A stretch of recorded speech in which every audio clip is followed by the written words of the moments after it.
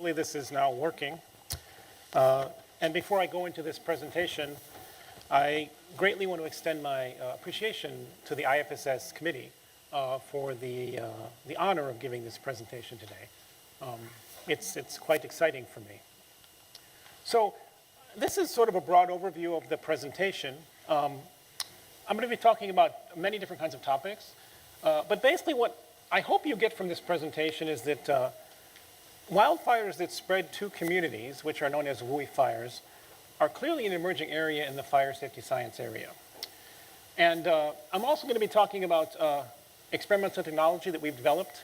As Patrick said in the introduction, you probably guessed I'm an experimentalist. So I like doing experiments of many different kinds of physical phenomena. And I became very interested in this particular area. And I think you're going to probably see why. We've also been doing other kinds of experiments looking at production of firebrand from building components and structures. And I'll go down the list and basically discuss some activities we've been doing to try to assist in the growing of the next generation of researchers for fire safety science. So, WUI fires, they're clearly an international problem. Those of you that actually live in the United States will clearly be aware of the fact that this is something that's essentially almost always on the news. And it's just getting worse and worse. Here's a picture of fires that occurred in San Diego in 2003. This is a problem in Europe. I've only listed Greece here, but as you know, that's a problem in Portugal as well as Spain and other places, and France. Australia, clearly the Australians in the audience and other people are very aware of this issue, of course. So this is just a very large problem that's just growing and growing and growing. If we look at information related to the US, basically, it's important to understand this is not just a problem limited to very small areas.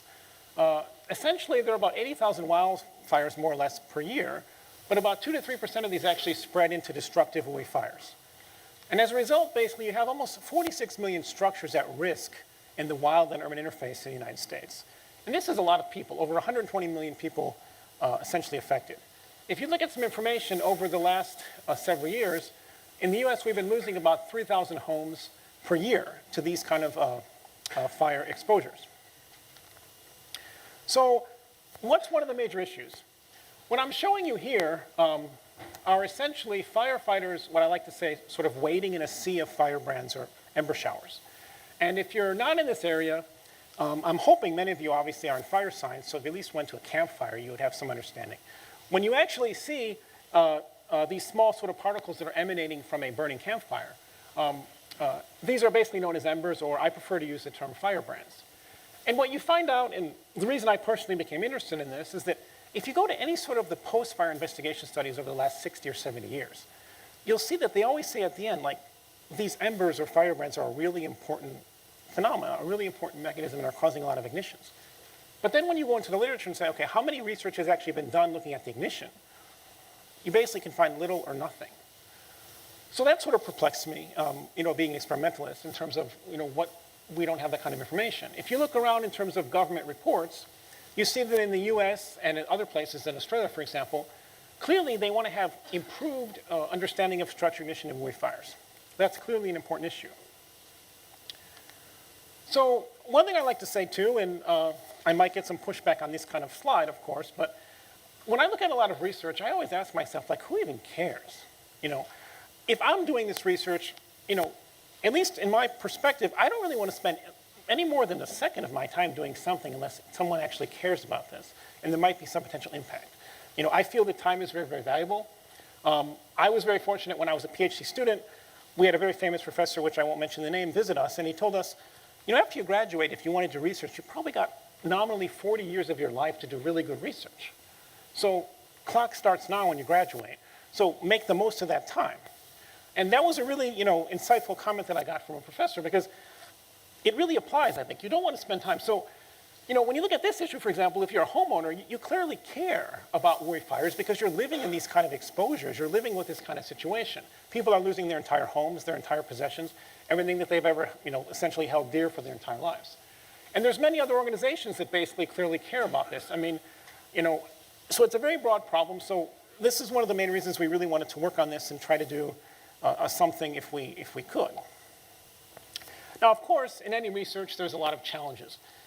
when you look at the firebrand issue, I like to call this a simple-minded approach, but you can essentially look at it as sort of three different focus areas. So for example, as the vegetation burns in wildfires, for example, or as the structures themselves get ignited, as the fires spread into the community, you have the generation of the firebrands.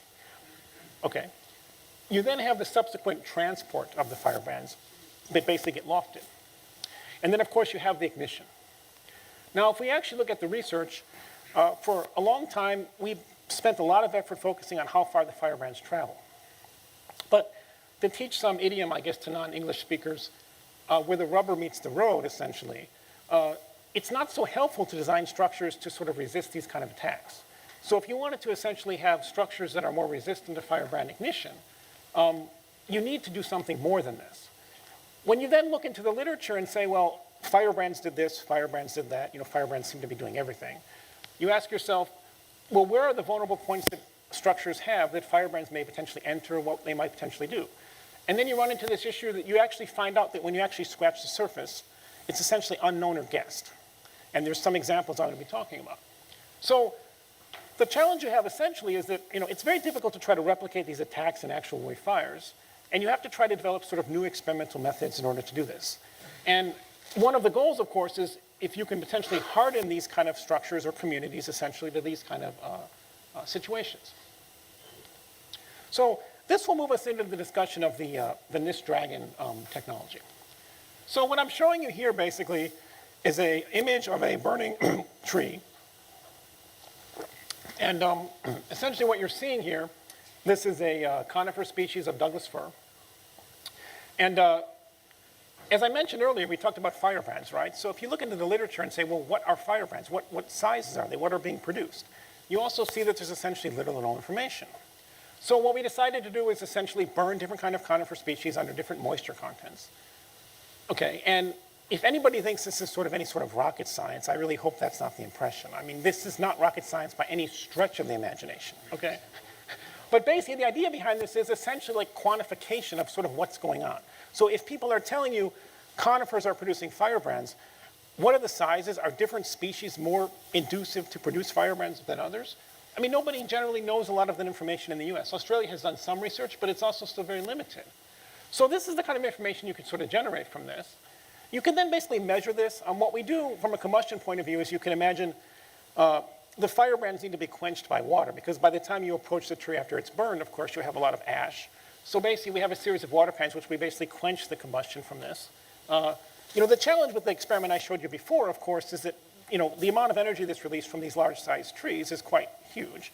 And so one challenge, of course, is that when you're doing research, especially at NIST, you don't want to come to the management and say, okay, those firebrands, they're really, really dangerous. That was correct, but I burned down the laboratory. So, in the process. So it's quite a challenge with the experiment. But you see that kind of information that you can get these sizes. NIST has also done a lot of work in partnership with CAL FIRE. Those of you that are in the US are familiar that CAL FIRE is in the state of California. And they're a very unique organization that they actually suppress the fires and also have other responsibilities as well. And as part of the fires that occurred in Angora, basically in California, a unique opportunity presented us to get actually information from firebrand information from real WUI fires. So what happened was, in this particular fire, there was actually a series of trampolines that were exposed to the wind-driven firebrand shower attacks. And what we're able to do from that essentially is collect these trampolines as well as other kinds of materials that were exposed, essentially, and do digital image analysis of the essential burn patterns that were being produced. And as I'll be showing you later, with the experiments that we developed, we could then expose these same trampoline materials to ember attacks to see whether these burn patterns were in fact indicative of the embers that were being produced. What's important for people to see from this, though, is that you get a lot of essentially small holes that are being produced on this. So there's evidence, if you looked at those early pictures that I showed, that there's these storms of this small wind-driven particles that are causing these kind of issues. And recently, the Texas Forest Service in the Bastrop fire also was able to do some similar type of analysis where they actually found trampolines and other kinds of things and did similar image analysis and also saw that in those fires, there was, I like to use the term plethora, like this plethora of small wind-driven firebrands that were attacking all of this stuff. So this brings us to the firebrand generator, or as we like to call it, the NIST Dragon I'm a Japanese language student, so that's my attempt at writing Dragon. So those that are Japanese in the audience could publicly humiliate me if they want. But the idea for this Dragon, actually, if Professor Hosemi is in the audience, I'm not sure if he is or not, but when we first demonstrated this technology in Japan, Professor Hosemi actually came and visited us at BRI. And when he saw it, he said, Dragon. You know, and we really like that terminology, so we thought we'd use that. And basically what it is essentially, this is the apparatus. So what you do is you can load different kinds of materials inside of this apparatus, and depending on how you filter it, as I'll discuss, you can basically generate different kind of firebrand distributions that are indicative of actual wood fires. As we know, wood basically, density decreases as you burn it. So if you provide a flow, you essentially can ignite it, and then the wood will be lofted and actually become out of the device, essentially here. If you're curious about the size of it, it's about more or less the same height as me. That's more or less the size. And now, of course, we developed this at NIST, but if you know, NIST doesn't have a full-scale wind tunnel that's designed for fire. I myself did essentially almost all of my PhD research in NASA in the US and some of it in Japan. And at NASA, we have actually tons and tons of wind tunnels. But if you call up NASA and say, okay, which we did just for fun, can we use any of those wind tunnels that you're more or less not using so much these days to burn in? They're like, okay, are you insane? Like, you know, who are you? Like, we need to talk to your boss, you know. And so the Japanese actually, in the Building Research Institute, and I think many in the audience have actually been to this facility, they constructed this in the late 90s. And as far as we know, it was one of the first facilities ever developed to sort of look at the effects of wind on fire. So here is an image of our first generation Dragon sort of operating in the wind tunnel. This wind speed here is about 9 meters per second. And once again, you know, not so much rocket science. What you're sort of seeing, if I show it again, is trying to stimulate these kind of wind-driven attack type of situations. So I think what's important also for, you know, I would say that a lot of the younger researchers or people doing PhD in the audience is that it's really important to sort of think about a lot of the stuff that's been developed in fire. When you look at the roof test, for example, okay, it's been around for quite a long time. And in this particular test, what you do is you take a 1.2 by 1.2 meter section of a roof, and you basically simulate a firebrand attack by a class A, B, or C firebrand. I believe in Australia you use similar sizes, but I think the terminologies are just reversed, if I remember, so somebody could correct me. But in the US, the class A is considered the biggest size, essentially. And you put that on there, and basically, if the fire is able to penetrate through the roof deck, you basically see that this is a failure. Now, if you've gone to the US and Australia, other kind of places, there's lots of this ceramic type of roofing. So the question is, when you see this kind of situation, this is from an actual house, you know, we know this thing is sort of going on in the real fires. This is the kind of roof. You know, this doesn't seem to be a very dynamic process looking at the edge effects. So with this Dragon, essentially what we can do is do similar kinds of exposures looking at firebrand attacks. And what you basically see is that, not surprisingly, the firebrands will essentially blow up under the tiles, and you could essentially get ignitions under the roof deck. This is something that the fire service in the US, for example, has seen for many years from post-fire studies. That there's evidence that these roofs are being ignited like that, but there was no sort of experimental confirmation of this kind of mechanism. So this is something that you can essentially do with this kind of technology. And I'm not trying to give you sort of any kind of self-advertisement here. It's just there's papers related to this, if you're interested. I mean, pretty much everything I'm talking about is in some paper somewhere. So I don't have time to go over all the details. It's just that, just so people are sort of aware. So one thing that we did subsequent to this, essentially, was work with Australia. For example, Australia came to us as part of a collaboration with the Roof Tile Association, as well as the Tile Research Institute in the US. And the interest there was, okay, clearly those Spanish-style roofs have very large openings, but there's a lot of other kind of like concrete and terracotta roofs that don't have such large openings but have gaps. And so the question is, do the firebrands basically penetrate and go under those type of situations? So basically what we did is a series of experiments in collaboration with them. What we did in that case was construct the roofs based on Australian specifications. And I'm showing this for mainly our US people, since I'm not sure how familiar they are with this. In Australian roofs, essentially what you have is they use this sarking material, which is this kind of material here. And these are the battens that are used to basically place the tiles. And basically what we did essentially is that, conduct these experiments with the tile industry. They came and actually constructed the tile assemblies themselves. And basically what we were doing essentially was looking at the exposures with the Dragon. These are the actual images of the roofs, just in case you're curious. You probably imagine profile versus flat. It's kind of obvious. I mean, profile has these kind of patterns. This is my first trip to New Zealand, for example, and I saw these roofs seem to be like everywhere. I mean, as I was driving around. And so the question is, do the firebrands actually have a capability to penetrate under these tiles? Here's a typical experiment with the Dragon. We can basically generate, obviously, different kinds of firebrand fluxes at the assemblies. And basically, we can tailor different kinds of sizes. And this is just showing what sort of a typical experiment looks like. But what you can actually see is that the firebrands can basically penetrate these tile gaps and essentially get under the tiles and start to melt the sarking material. Now, when we did these experiments, the industry was there with us doing it together. And when they saw the results, they looked a little bit shocked. But, as I'll show you later, we have done experiments looking at penetration through mesh of about 1 millimeter. And so we expected that it would basically potentially penetrate. What was interesting is of all the roofs that we tested, there was one particular roof assembly. What it is the tiles were essentially like interlocked. So what happened is when the brands penetrated the gaps, they became lodged in the interlocking of the tiles. So as a result of this interlocking, they were not able to essentially penetrate into this system. So the idea that the flat tile roofs are essentially immune from the firebrand attack, it's sort of, you can look at this information and make your own judgment. The next thing, of course, is related to the building vents. Once again, if you look at a lot of things that were done for building codes, for example, in California, behind gable end vents and other kind of soffitted vents that you would have, they specified that you need to have a mesh in order to resist the firebrand attack. Once again, being an engineer and just asking a lot of naive questions, I said, well, okay, why do we use this 6 millimeter mesh? Like, did you guys do any sort of experiments to determine that 6 millimeter would actually block the firebrands from coming in? And what I found out is that in the end, after many discussions, was that 6 millimeter was recommended since rats won't be able to get into the vents. So rats, rodents, not firebrands. So I said, well, we could experiment with this, right? I mean, let's just sort of see what's going on here. And basically, as we varied these mesh sizes, as I'll show you, the firebrands basically would get upon the mesh. They'll just burn down to the mesh opening size and just go through, basically. And then we put just a simple ignitable material behind the vent, which was just shredded paper. In all three cases, you essentially saw ignitions of this paper behind the mesh. So this was another example of saying, okay, this 6 millimeter mesh, clearly was not doing a good job of protecting against this firebrand intrusion into the structure. So what we did essentially as part of some work we were doing in collaboration with ASTM is do a lot more detailed study where we actually looked at a variety of mesh size openings all the way down to 1 millimeter. And the 1 millimeter mesh generally would obviously not be used in practice, but the idea here was that, is it still penetrating even this sort of mesh size?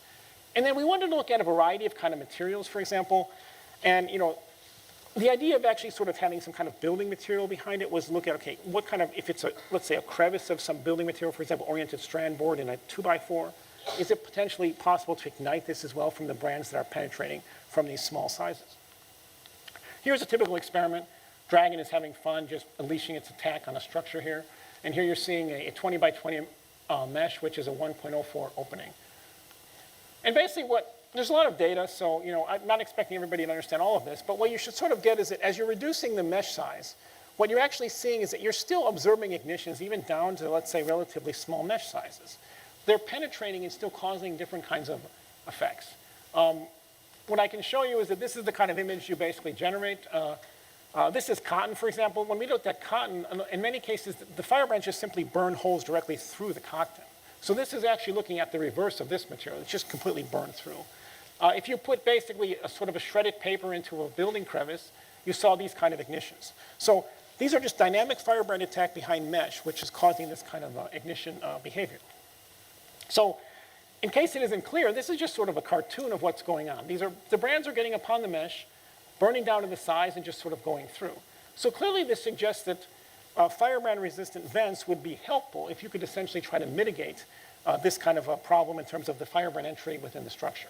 And the reason the entry within the structure is very dangerous, of course, from the vents is that, if this stuff is blowing into different, like, soffitted spaces or whatever, it's not something you're going to be able to see very apparently. So you're going to have these sort of smoldering ignitions that most likely will occur because the brands are in a glowing state. And then you could get the structure igniting maybe a long time after the fire front has actually passed. Another question, of course, is that looking at eaves, and those of you that are architects or know about this, I apologize. This is not supposed to be Architecture 101, okay? The idea is just basically explaining to you the differences in terms of the different eave constructions that we use in the US. One issue that people have been concerned about is do the firebrand showers basically get sort of accumulate under the eaves and cause some kind of ignitions? And basically what we have is an open eave where essentially in that case the roof rafter tails are exposed, and I'll be showing a picture of that. And then we also have the boxed-in eave construction where basically you don't have the roof rafter tails that are exposed. So the question is, we've heard a lot of conversation in the US, mainly from the fire service, that, okay, this might be a problem. There's a lot of issues related to this, so, let's look at this and see what happens. Here's some pictures of what we've constructed. Basically, what you're looking at here, this is a wall assembly. And here you see the exposed roof rafter tails. There's no sort of exterior sheathing applied here, so this is essentially just OSB, as you can guess. And then also what's very common, basically, is you put the vents, essentially what's known as the blocking. So you actually put the vents in these areas. And essentially what you have here is it's very common to basically use like a 2-inch or 50-millimeter blocking. So what we wanted to do is, okay, let's do experiments with this once again and sort of see what's going on in terms of the penetration. For example, from a fluid mechanics point of view, it should be difficult for the firebrands to essentially penetrate these vents because of this situation that's occurring there. But, we can experiment with it and sort of see what's happening. These are typical experiments in terms of what's sort of going on. You're looking at these situations. And what we basically saw was that as you vary the wind speed, clearly the number of firebrands that arrive at the vents is increasing. But essentially, it's very small that's able to penetrate those blockings compared to what you're actually throwing at the assembly. If you actually quantify this. So for example, there's actually lots and lots of firebrands that you're attacking it. But of what's attacking it, you're basically seeing very few numbers that are actually going into the blocking and actually penetrating it. And actually what you observe in these experiments actually that's very interesting is that eventually the base of the wall assembly ignited because of the fact that the firebrands were accumulating there as well. So clearly, I'm not saying vents in this kind of configuration are not a problem, but it's just showing that when they're sort of located under the eave, the potential for them to sort of penetrate there is much less than you would have in other kinds of configurations. The other thing, of course, is related to firebrand accumulation. So one thing that we wanted to do as well is these are more or less somewhat of an academic exercise, but the idea is that, from fluids that if you put different kind of obstacles in the flow, you're going to get different stagnation zones. And the idea behind this is, okay, what if you have a flow seeded with firebrands and you attack that? Will the firebrands essentially drop out into those stagnation zones, or will they accumulate, essentially? And what we were postulating was that this accumulation of many, many firebrands could essentially cause ignitions. And so what you're seeing here is that this is just my playing with photography. I just wanted to have a longer exposure. And what you're seeing is as you vary these obstacles in the flow, essentially what you get is different stagnation zones, which is not surprising. But the firebrands accumulate there in actually large, large quantities and actually cause ignition of various kinds of materials. And this information is also documented if you discuss, observations and actual fires. These kind of things are sort of occurring in the sense of, if you actually have real building envelopes or something like that, you would have accumulation points depending on different situations. This is also my picture of fine fuels. This is essentially, at this time, was sort of pine straw. So what you're seeing here is this is the effect of pine straw. And you see that generally the ignition of this, this is vinyl siding. Vinyl siding doesn't seem to be particularly happy with this kind of situation, basically. But in this particular case, this is more or less just sort of a demonstration of just showing. I think there's a lot of misconception in terms of what's going on. If you have glowing firebrands, it's not like they land on something and just immediately everything's flaming. There's this transition process where the glowing combustion ignites this kind of fuel bed by smoldering, and under wind it transitions to flame, and then you get this sort of very nasty situation that's occurring in this case. So now I'll switch the topic and talk about firebrand production from components and structures. So you're probably guessing clearly, firebrands are not only produced as the vegetation burns, but what about the structures? Because what's unique about woolly fires is once the fire gets into the community, you then have this sort of large-scale urban fire where you get production of firebrands and the structures themselves become fuel in addition to what's going on. And so the question is, you're probably asking, okay, so if these structures are burning, are the production of firebrands significant from structures? It seems like another sort of obvious question to ask. Is it similar to vegetation? And then you become depressed as you go into the literature once again, and you just find out that there's almost no information on this kind of thing. There's very few actually quantification of this in terms of what's going on. Of course, if you want to try to develop models, of course, you'd like to have some kind of source terms, let's say, for structures. For example, it's what kind of firebrands are coming off, or these kind of things. So what we wanted to do essentially is embark, when I say, on a very aggressive campaign, which is related to, first of all, let's just do an experiment of an actual house. For example, if you burn down a house, what kind of firebrands come out of it? Seems like a simple enough question. And then, of course, after that, could you then use sort of individual building components themselves to get any kind of understanding of the production of firebrands? Because burning individual building components is obviously much easier than burning a house, and you can get some kind of information. And finally, what we're interested in doing is trying to come up with some sort of database, at least, of this kind of information. So, sort of what's going on, what's happening. So what we did essentially is that those of you that are familiar with California, this was in Dixon, California. As a collaboration we have with the California Fire Chiefs Association, so the Northern California Fire Prevention Officers, every year they do a lot of firefighter training. So we became aware of them through our contacts, and they said, look, we're doing this training. And I said, well, it'd be really interesting if you could burn down some houses. And they said, oh, if you have any experience dealing with firefighters, of course, if you say, how about burning down houses, you generally get a positive response, generally. Okay. So basically, that's, of course, good for us because, as you know, NIST, if you don't know, is with the federal government of the U.S. So since we're the federal government, if we're responsible for sort of burning down different communities, that runs into somewhat of a problem, as you can probably guess. Okay? So basically, we worked with them, and the idea was that they would do the training, and after the training, they would essentially burn this down, and we would try to collect some information from this. Now, what surprised us, essentially, was that when they did the experiment, the prevailing wind that day was almost 6 meters per second, which was pretty surprising for us, because we were thinking it would be much more of a quiescent environment. And so as a result, when we were setting up our instrumentation, what we actually had, which I don't show in this picture, is we had actually stations to measure heat flux from the structure, as well as some other parameters. And then the idea was, since the wind was in this direction, we basically placed a series of water pans downstream of this. And here's a picture of the house that's essentially being burned down. Also, what we didn't know is the entire community came out to watch this. So my colleague, Dr. Suzuki, who's here, we were on this side, and all these children were all around us. We looked like some sort of strange people from outer space, collecting information. And so I never am going to forget this experience, of course. But the idea was that, we can actually collect, and I'll show later, information from the firebrands that are generated from an actual burning house. So then the next question is, what if we ignite individual building components? For example, what if we have walls or re-entrant corner assemblies? What if we were to ignite these and then look at the production of the firebrands under the wind? So here you're seeing this, and to keep it very simple, we're just looking at essentially a wood stud construction with oriented strand board applied.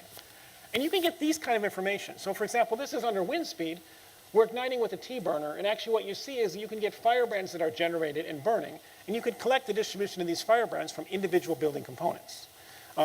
Once again, I think I've said it too many times, so I apologize. This isn't rocket science. I mean, it's just basically trying to get some quantification of sort of what's going on here. And then finally, what we did most recently was, what if you would actually try to get some information from an actual mock-up of a structure sort of burning in a wind tunnel? And what you have here essentially is that we have a structure where inside we actually have a sofa. So what we did is we ignite the sofa. The structure basically goes into flashover, and you get these kind of images of it burning in the wind. So what you can do essentially is then collect the distribution of brands that are being produced.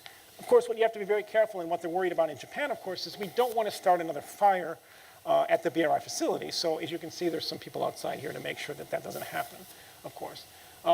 So as you can guess, there's a lot of data from this, and I don't have time to go into it, but I just want to show you that, this is information showing firebrands produced from vegetation, individual building components, as well as an actual house. So it's a lot of data, of course, but it's giving you information in terms of what kind of sizes, what kind of masses are actually being produced from these kind of things.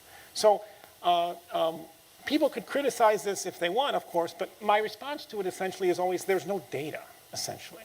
So since there's essentially literally no data, it's very important to get some understanding of sort of what's going on. Now I'll talk into the effect about improving the Dragon capability. As you saw, the original Dragon was basically a batch feed operation.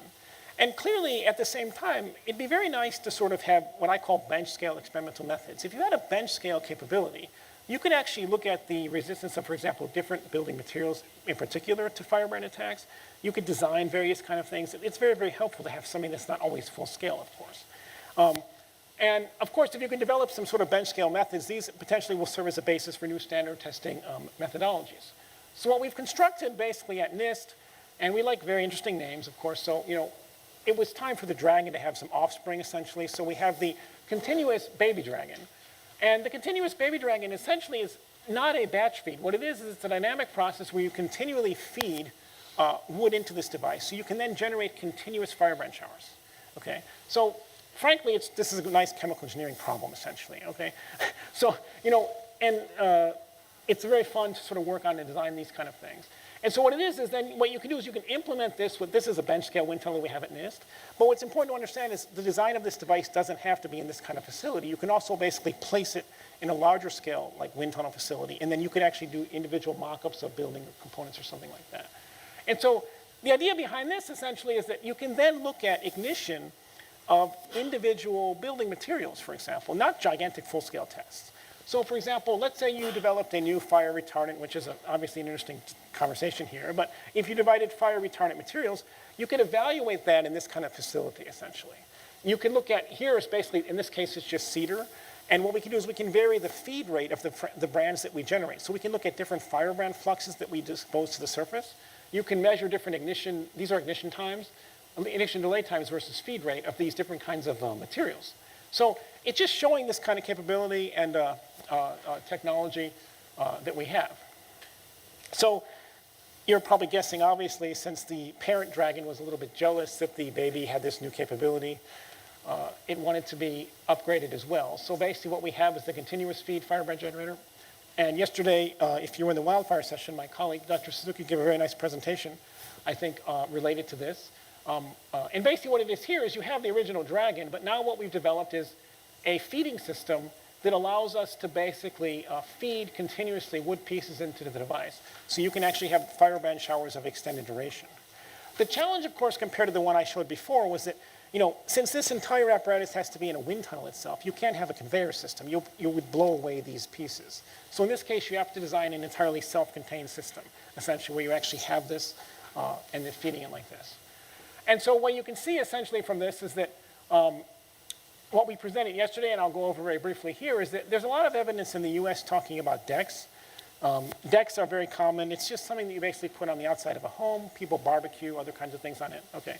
And basically, this showing this kind of information. Also, we looked at mulch studies. You could look at mulch to continuous wind-driven firebrand showers, and what's important from this is you can see a lot of ignitions under actually relatively high moisture contents of the mulch, actually, because of the continued accumulation of the firebrands. Fencing, of course. Many people might not realize, but in Colorado fires, we observed that wood fencing was an issue. Wood fencing was basically being ignited by firebrands. Wood fencing burns, rocket science again here. But basically what you're seeing is that the firebrands actually, we have mulch here, ignite the mulch, spread to the fence, and then the fence itself, in the case of this redwood, is actually generating its own firebrands. So it's just not only causing an ignition problem, but creating an ignition problem as well. And essentially, these technologies have been cloned sort of all over the world, and so most recently in the US, the IBHS has a huge array of these Dragons doing various kinds of things, and in Portugal, they have this technology as well. So I'll wrap this presentation up with some discussion about growing the next generation. So clearly, our fire safety science research really needs, I think, broad ties to share and pool resources, because there's obviously limited budgets for everybody. And clearly, WUI fires are a very important emerging topic in fire safety engineering. But if you look at Japan, for example, after a post-earthquake fire occurs, there's this giant fire spread within an urban setting. And the urban fire spread essentially is similar dynamics in terms of what you have in terms of a WUI fire setting, in terms of the spread. You basically have brands that are generated. These are lofting and landing on buildings and causing ignitions and these kind of things. And what I observed essentially was that research in both communities essentially is being done completely independently and with essentially no communication. So we actually have been having a series of workshops at NIST to try to bring these communities together. We published a special issue in Fire Safety Journal related to this. Most recently in Tokyo last year, we had a workshop. We called it Operation Tomodachi. This is not my suggestion, of course. This was Professor Tanaka, which I thought was a very nice name. And this is in collaboration with NIST and the Japan Association for Fire Safety Engineering, JFSE, basically. And we're having a new workshop next year, and we're going to be publishing that in Fire Technology. And I'm very thankful to Guillermo. Guillermo recognized that WUI fires, not wildfires, but WUI fires, are a very important area in fire safety engineering. So we had a special issue in the journal Fire Technology. It's here. We also have many copies, and I'd be more than happy to give it to you. And this talks about some research and papers that were submitted in this particular area, and some of you are in the audience who submitted as well, so I'm very thankful to you for that. And we're going to be having an ASTM symposium. This is an advertisement. We really need more fire safety science in ASTM. This is a very important area, I think, and especially WUI. We're having this symposium next year in California.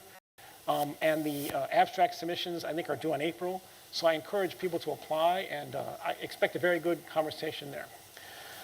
So I think with the time running out, I want to provide at least what I think are some challenges for research or what we should consider for this.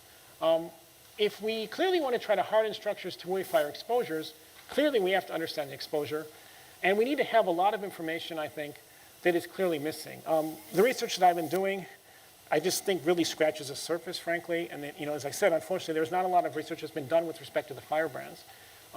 And so what you've seen here is basically the results of my efforts over the last several years when I got involved in this particular topic. One thing that we're very interested in doing now, of course, is that coupling the firebrand attacks with actually radiant panels. Because as you know, when the fire is spreading, let's say within the community, you would expect the combined effects of the firebrands and the radiant heat. Now, of course, this is another example. I say it in a very nonchalant manner, but it's not an easy experiment to necessarily do, especially if you want to look at something on sort of realistic scales. So this is something that we're now working on as well. And as you can imagine, in something like this, there's a lot of people. Most importantly, I would like to acknowledge my colleague in the front, Dr. Sayaka Suzuki. She actually contacted most of these experiments with me in Japan over the years and actually stayed at NIST for several years in the process. Also, Professor Tanaka gave me a lot of motivation, I think, to do lots of different kinds of things, and also was very instrumental in also helping us with these workshop activities. My colleagues at BRI, Dr. Hagiwara, who's the fire chief there, and Dr. Hayashi, whose basically responsibility is managing the wind tunnel, were very, very helpful to do various things. NIST, there's many colleagues, of course. Most recently, our departed director, but he gave us, at least me, he gave me a lot of insights in terms of not being a specialist in fire, in terms of how to actually address different kinds of things. And of course, once again, the IFSS Program Committee, it's a great honor to have this opportunity to talk to you today about this topic. And with that, I'll take questions. Thank you. Thank you.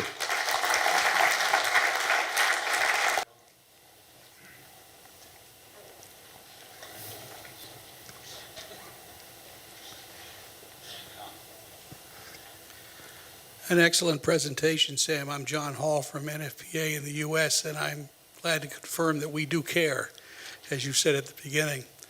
I have a couple of suggestions for your research program.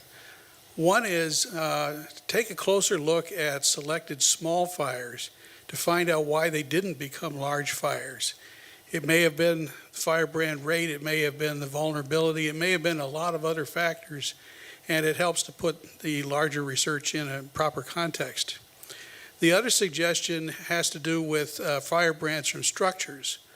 I know there was a literature 50 to 60 years ago when there were conflagrations in the south and southwest driven by untreated cedar shingles on the sides and roofs of buildings. It may be that it's not in the scientific literature, it may be that it's not using the same terminology, but there is work there that might be helpful. And thank you, John, for those suggestions. To make a comment about your second point, you're absolutely correct. What I didn't show, but it's in our publications, is we had found some reports by Bovardka from the 60s. These were funded for the nuclear winter applications. Maybe that's what you're referring to. And what they did at that time is they did some ignition of structures to collect firebrands. So what we've done is actually compared our data to those sort of legacy studies that we could find in the US. But to our knowledge, we couldn't find any other studies sort of other than those. And like you said, those weren't published in sort of the open literature. They're these sort of internal reports that were sort of hard to basically get, but we were able to get them. Look for the post-fire investigations on conflagrations. Thank you.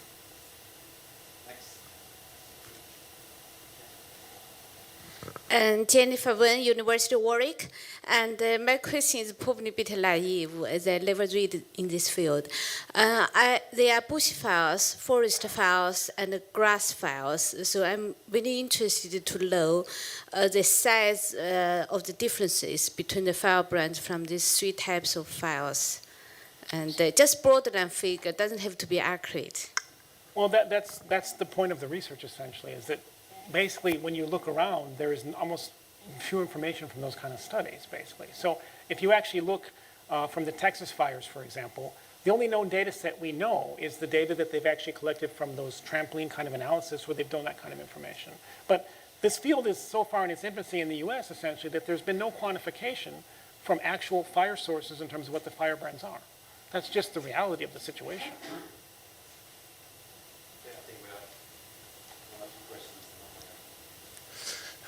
Dominique Morvan from Aix-Marseille University. Thank you for your very interesting talk.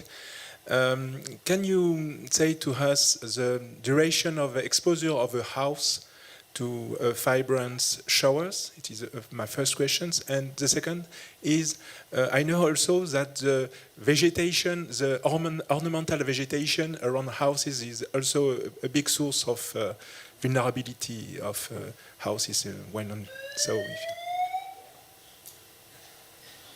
Okay, I'm not sure what that was. But yeah, basically, to answer the second question first, yes, it's known that, for example, certain kinds of vegetation might be more inducive of producing firebrands. But now what we're actually trying to do at NIST, of course, as well, is actually do experiments of different kinds of ornamental vegetation and try to sort of characterize those firebrands. And also in reference to your first question, that information also is not so relatively known. I mean, what we are trying to do at NIST too is, one of the other aspects of our research program is we actually have much more field-related studies. So what we're trying to do with that essentially is determine, for example, for different kinds of fire situations, what's the specific duration. This is why when we designed the Dragon, we improved the technology. We wanted to have sort of this continuous duration such that, in theory, ultimately you might be able to have a rating system such that you have different levels of firebrand attack exposures, for example, like maybe a Class A rating, a Class B rating, a Class C rating. So you need to have a continuous generation capability in order to do these kind of exposures. Okay, thank you. What you didn't see is that Charlie raised himself and then the alarm went. So that was a sign for me, I guess, to wrap this up. But I would like to do that, not forgetting to thank Sam. So let us give him an applaud.